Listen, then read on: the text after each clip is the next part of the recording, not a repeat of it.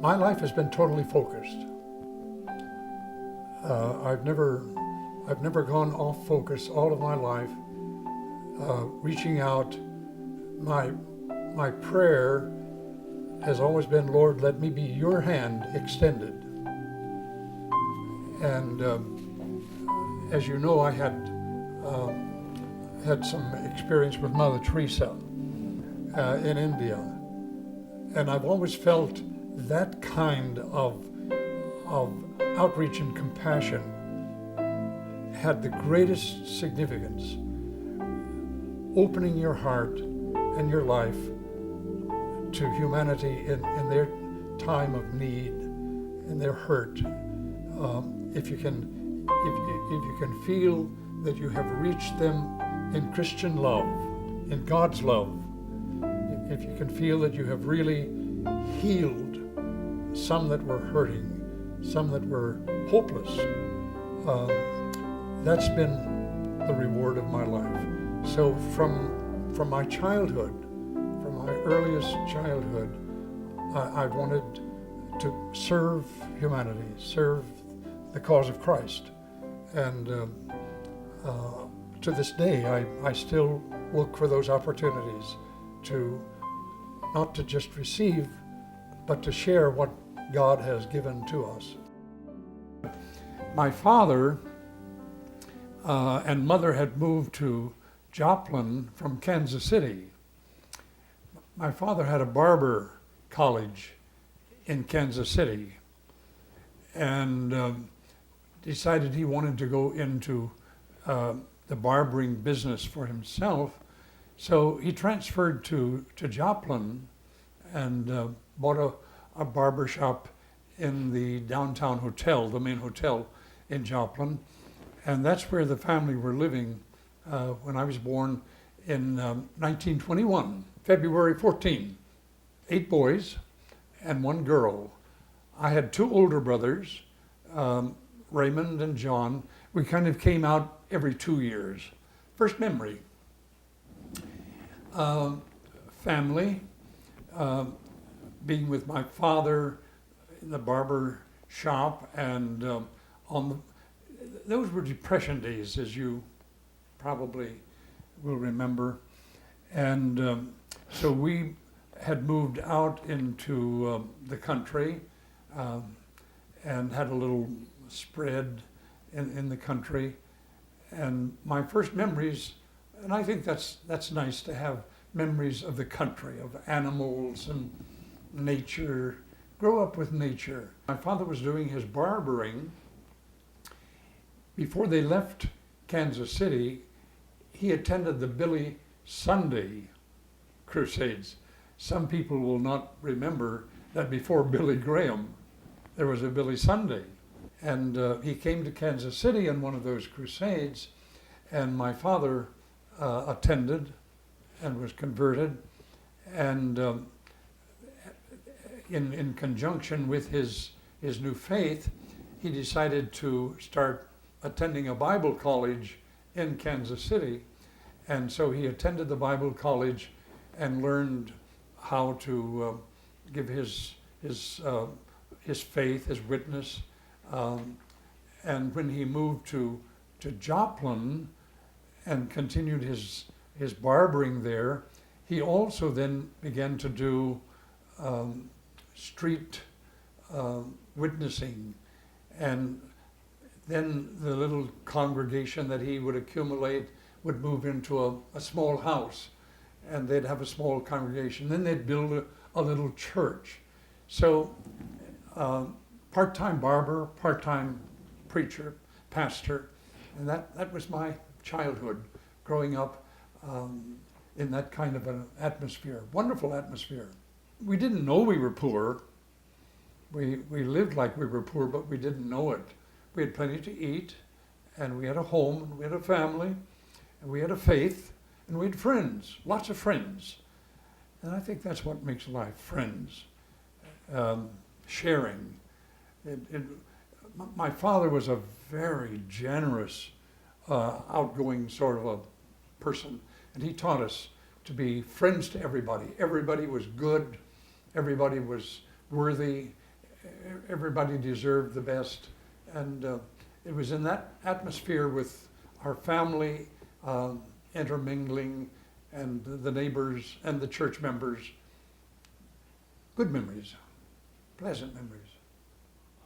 I would say the greatest inspiration of my life was my father.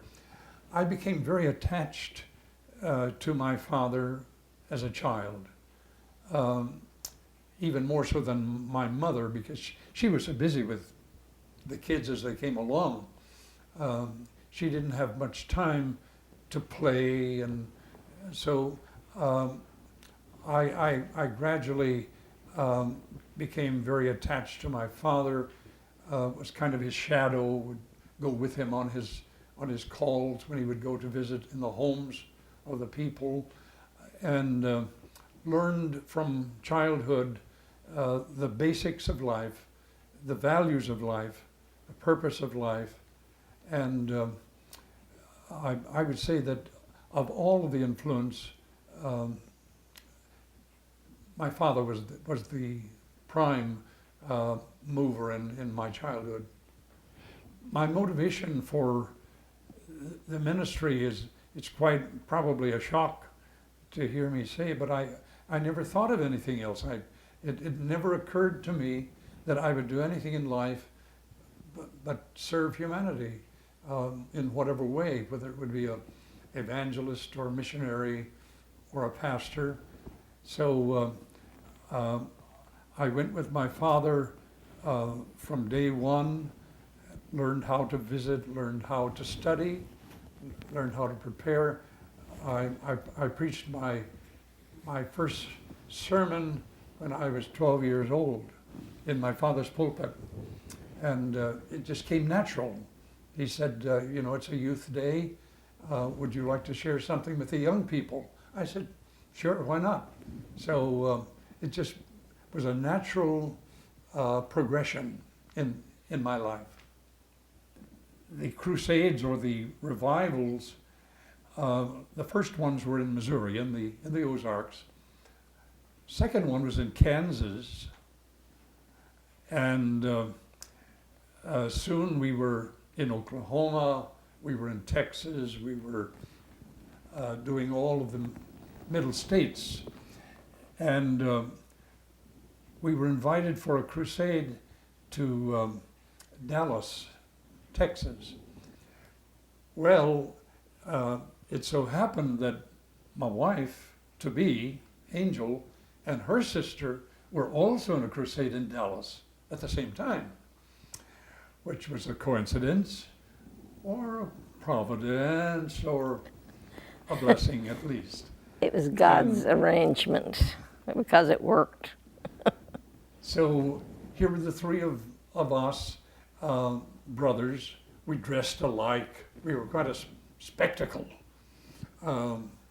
And in came these two beautiful young girls who we had heard about, who were also crusading in the city. And we met them that day for the first time. And quite an occasion to meet an angel from Loveland. Once I started dating Angel, the whole picture changed. It would be another couple of years before we would marry, and our courtship had to be largely by letter.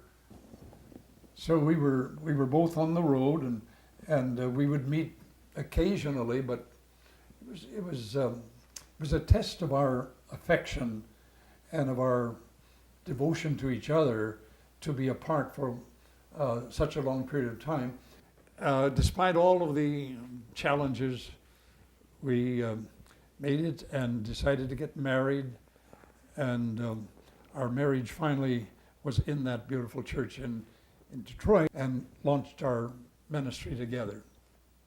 We continued traveling for a while as evangelists, but the war-time made it very difficult.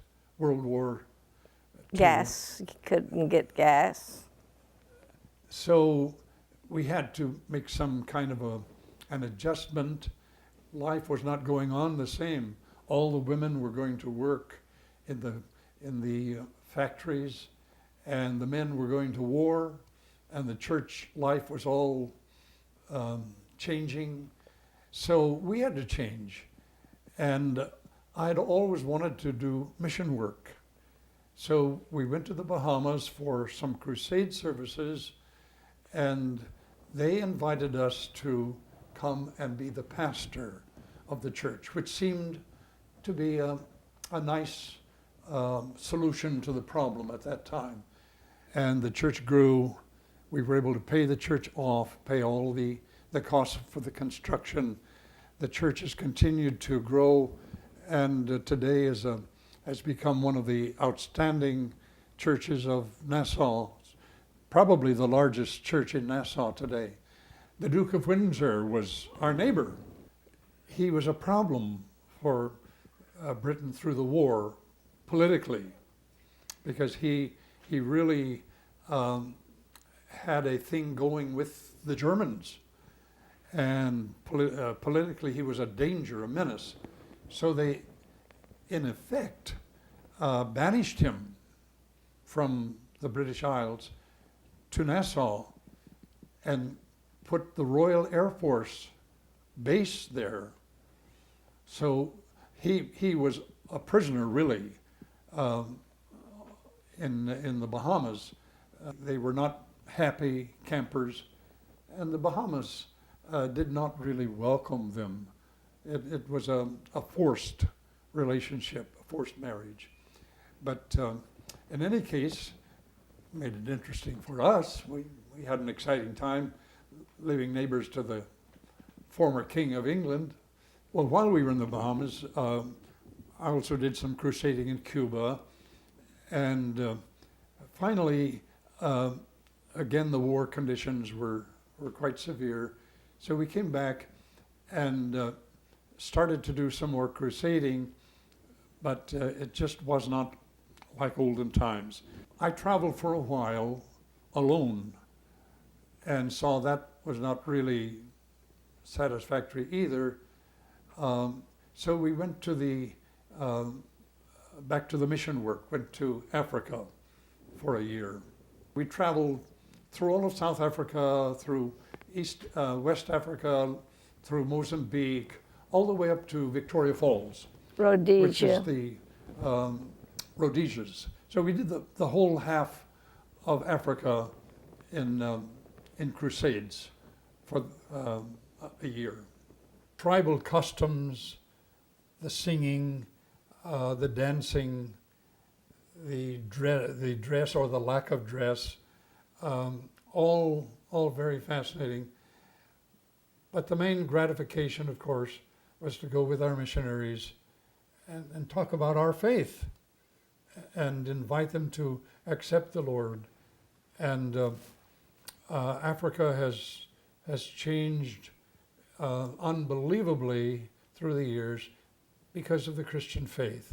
After Africa, we came back to through Europe.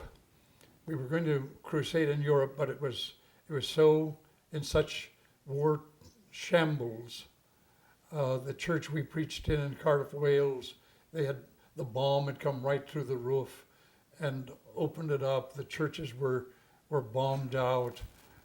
We had all of the crusade services that we could in Britain and Europe, but the war damage was just so unbelievable. So we came back to the end of the war situation. The war finally was over, but the women still weren't able to go back and have a normal home. The men were just coming home from the service.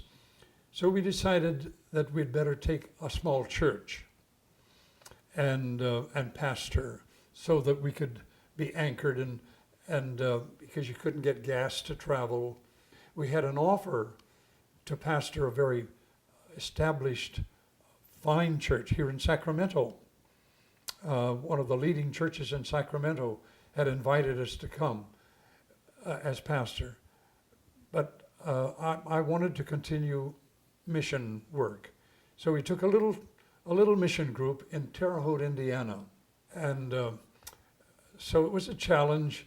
They were meeting in an old house, an old home. It was 100 years old. And we tore it down, had no nails in it, it was just pins put up with wooden pegs. Tore that down, put up a tent, and started having a church service every night in the tent. And as the crowd gathered and as the people affiliated with the fellowship, we started building the church, a brick at a time. And we built the church, and it was a 2-story building, brick and Bedford stone, seated about 600 people. And we built that, and it was a blessing. The Lord was very, very good to us. So after about 5 years there, another more advanced, established historic church in Cincinnati were without a pastor, and they heard what was happening in Terre Haute, and they invited us to come as pastor to Cincinnati. And this was a very interesting thing, because we had both crusaded in that church in Cincinnati. We knew the people from years past, before the war turbulence. So they invited us, and we felt it was the proper move, the proper time. And we came to Cincinnati, the Queen City of Ohio. From Cincinnati, then we came to North Hollywood. Again, the challenge, they were in an old facility that was inadequate. And I agreed to come if they would agree to expand and build. I wasn't willing to stay in that little historic church. So they agreed, and we came for a 20-year ministry in that church in North Hollywood. And that's when our daughter Kimberly joined us. I was ecstatic when I heard that I was going to be a father after all of these years. In the Bible, when Sarah heard that she was going to be pregnant, she broke out laughing. That's what I did. I just broke out in a hysterical laugh. I thought that was something that was too wonderful to believe. So It was something I couldn't hardly believe either. 21 years waiting of marriage, we'd just really given up hope. We'd even talked about adopting a little girl or something, but that was the turning point of our lives, and when we knew we were going to have a family. I still had the kind of the attitude, hang loose, that I had as an evangelist and a pastor moving out. But now, with a baby, I realized that I had to settle down and really become a man. And if anyone was ever welcome to the world and loved, it was Kimberly from the very beginning. Angel had a thing about dressing her like a little princess. In those days, they still dressed up for Easter and what have you. I'd go on to church early, and then Angel would dress Kimberly and herself and come later. And I'd be standing there. I couldn't believe my eyes when I would see them coming in these beautiful outfits. My wife, my daughter, my family. I was very reluctant to come to North Hollywood as pastor. I had traveled through California as an evangelist and done all of the churches, including North Hollywood. I had crusaded there. And they were not on my wavelength. The people in California and the people in Ohio and Indiana and Missouri are from different planets. And I just did not feel that I was a part of the California lifestyle. It was a pleasure, laid back type of life that I was not accustomed to. The old the old life in the Midwest, hard work, 7 days a week, 24 hours a day. It was just so different. But anyhow, I said, well, I'll pray and ask the Lord, if we should go. So we came and preached for them and talked to them. And they said, we really want to do something to reach the valley. San Fernando Valley had no strong evangelistic church. Our little church was just a small mission with a couple of 300. So I realized that it could be a very influential, a very significant part of the world to try to impact. And even though we were in the San Fernando Valley, immediately when I came, I decided that we should try to reach out to the whole area. So we became involved with a television ministry, which was down in Orange County. And we went down regularly and hosted a TV show in Orange County. And we also had a once a week TV show from our church. And that was part of our outreach to the whole area. I went down and made contact with our newly elected mayor, Mayor Tom Bradley, and told him of our availability to minister otherwise, and asked if he would like to have a prayer chaplain in his office. And so he agreed that that would be an appropriate thing. And so we established the Mayor's Prayer Breakfast. The first one was in the San Fernando Valley. After that, he said, no, we should go downtown. This should be for the whole city. The irony of my life probably was that I wound up as chaplain at the motion picture facility. That's probably the most ironical thing that could ever happen to a person. With the attitude I had, you couldn't go to a movie. Even radios, TVs were not really very Christian. I stopped in to get acquainted with the chaplain, and he was an older man. His health was breaking. He needed help, and I volunteered. And eventually he was not able to come back because of health reasons. And when they were looking for another chaplain, because I had been there then a year or two as a volunteer, they asked if I would consider becoming the regular chaplain, which I did, and had a great opportunity to talk to a lot of people who needed help. If there's any community, if there's any group of people who really need someone to help them emotionally and spiritually, it's the Hollywood crowd. So all of these disillusioned and unhappy, miserable, aging Hollywood people, and they just opened their arms to someone who would come. I didn't know a lot of them.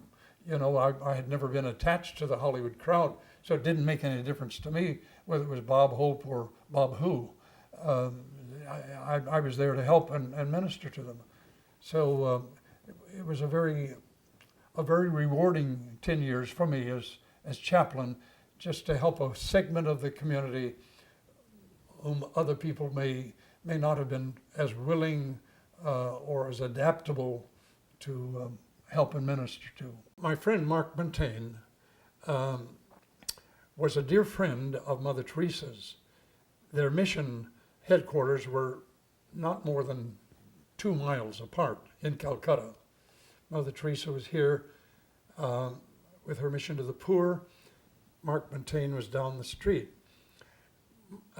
Mark and his wife Hulda had concentrated, focused on feeding the hungry, building a hospital. They established a nursing facility. Mark needed a lot of help to fundraise because he had a great compassion. Great compassion. They were feeding 30,000 a day, and they had like 10,000 in school. Kids from the street that they'd bring them off the street, take their rags off, give them a bath, put a fresh shirt and pants on them, feed them something, and educate them, train them, send them back to the street. Some of those have grown up to be doctors and attorneys and government leaders through the years. But Mark realized eventually that his health was failing, and he needed badly to get some kind of financial undergirding. And he had a vision to build a facility there, a building for executive offices, which there was not an adequate supply of buildings available in Calcutta. And he wanted to build it debt-free and use all of the proceeds from the rentals and the leases of about 7 stories of office buildings to support the mission, the education, the medical, the feeding, whatever. So he asked if I would help him to raise that money. He said, we want to raise whatever we have to raise. 100,000, $500,000. They were going to do the labor themselves. And all he needed was to just buy the materials.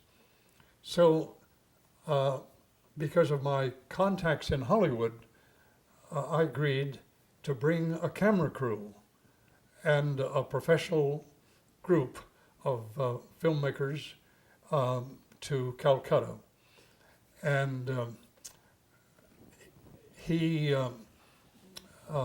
came on camera, and we made a film of all of his work and what have you. And I said, Mark, we need some celebrity. How are you going to raise $500,000? We need some celebrity. Well, he said, how about my mother, Teresa? Would she come? Well, he said, I think she would. We take care of all of her medical needs here, all of her kids. We take care of no cost. The hospital is open to her at any time. So I said, well, find out. So the next time I went to Calcutta, I met Mother Teresa, and she agreed. She said, I have never responded to fundraising for anybody at any time for any purpose, but for my friend Mark and what he's doing for our poor people in Calcutta, I will do it. So our camera crew went out and we filmed Mother Teresa. She was at the hospital. She was in all of the activities, and she made an appeal for fundraising. We took those films and we rotated them all through America and Canada to the major TV stations. We bought primetime, and it was before there was so much fundraising. It was still new, and celebrities they hadn't seen before. So the money just started coming in by the tens of thousands of dollars. And we were able to build that entire facility in Calcutta debt-free. The facilities, the offices are rented to banks, medical men, all kinds of professional people. And all of those funds, every dollar of it, goes to feed the hungry, take care of the needy in Calcutta. Mother Teresa became a dear friend. She invited me. She was so kind. she said one day to me, Leroy, would you like to come to my chapel and have prayer with me? So I said, well, that would be nice, Mother Teresa. When would you like me to come? Well, she said, how about 6 o'clock tomorrow morning? Well, only for Mother Teresa would I get up to pray at 6 o'clock in the morning. I think I learned my lesson of true value from my parents. The things that you want to leave behind are memories of pleasures that you've had with family, commitments that you've made to each other and to the Lord and carried out. And if you can feel that you have imparted some of the spiritual gifts of forgiveness, humility, concern for the human race, sharing. Everybody knows the parable of the Good Samaritan, but the world really doesn't know what it is to be a Good Samaritan, to get down where the hurting people of the world are.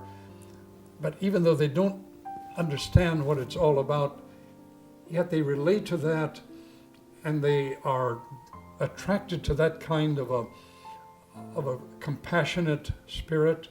A Mother Teresa is probably one of the most beloved people the world's ever known. Her little mission, I went into her little room in Calcutta where she lived. She had nothing materially. When the Pope came to Calcutta, saw how poorly she lived, he tried to leave some of the trappings behind with her. The limousine he left, as soon as he got out of town, she sold it and used all the money to feed the hungry. We learn as we go along that the truly important things in life are the things that come down as gifts to us. We can't manufacture them. We can't learn them in school. They are imparted to us in the Spirit, either from our training or as a special gift from God. And I feel that God imparted both to Angel and me a willingness to give of ourselves to help our generation. And if that kind of a spirit has in any sense been passed on to anyone else, either in our family or in our outreach, then that's the legacy that I will feel most happy to have left behind. What did I do to help humanity? God sent His Son, stripped of everything, for me, so that I might have life. What have I been willing to pass on in that God spirit, in that Creator spirit? What have I been able to use in my outreach to lift someone, to heal someone, to encourage someone? That's my hope. That will be my legacy.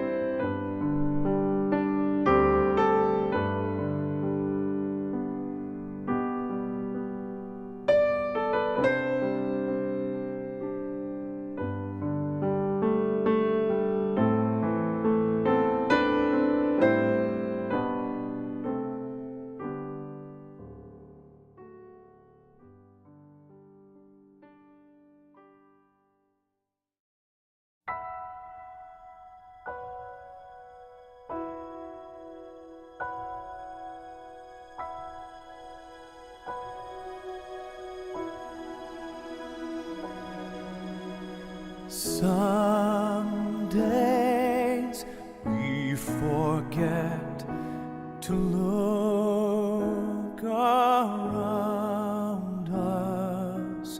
Some days we can't see the joy that surrounds us. So caught up inside ourselves, we take when we should give. So for tonight we pray for what we know can be, and on this day we hope for what we still can't see. It's up to us to be the change, and even though we all can still do more, there's so much to be thankful for. Look beyond ourselves, there's so much sorrow. It's way too late to say I'll cry tomorrow. Each of us must find our truth. We're so long overdue. So for tonight we pray for what we know can be, and every day we hope for what we still can't see. It's up to us to be the change, and even though we all can still do more, there's so much to be thankful for.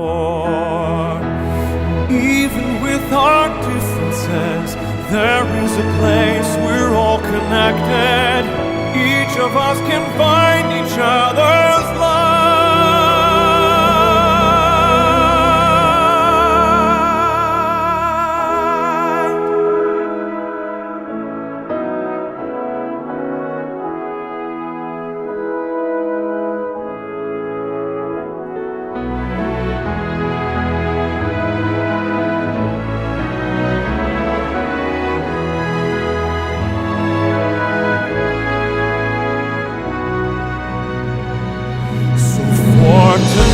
Tonight we pray for what we know can be, and on this day we hope for what we still can't see. It's up to us to be the change, and even though this world needs so much more,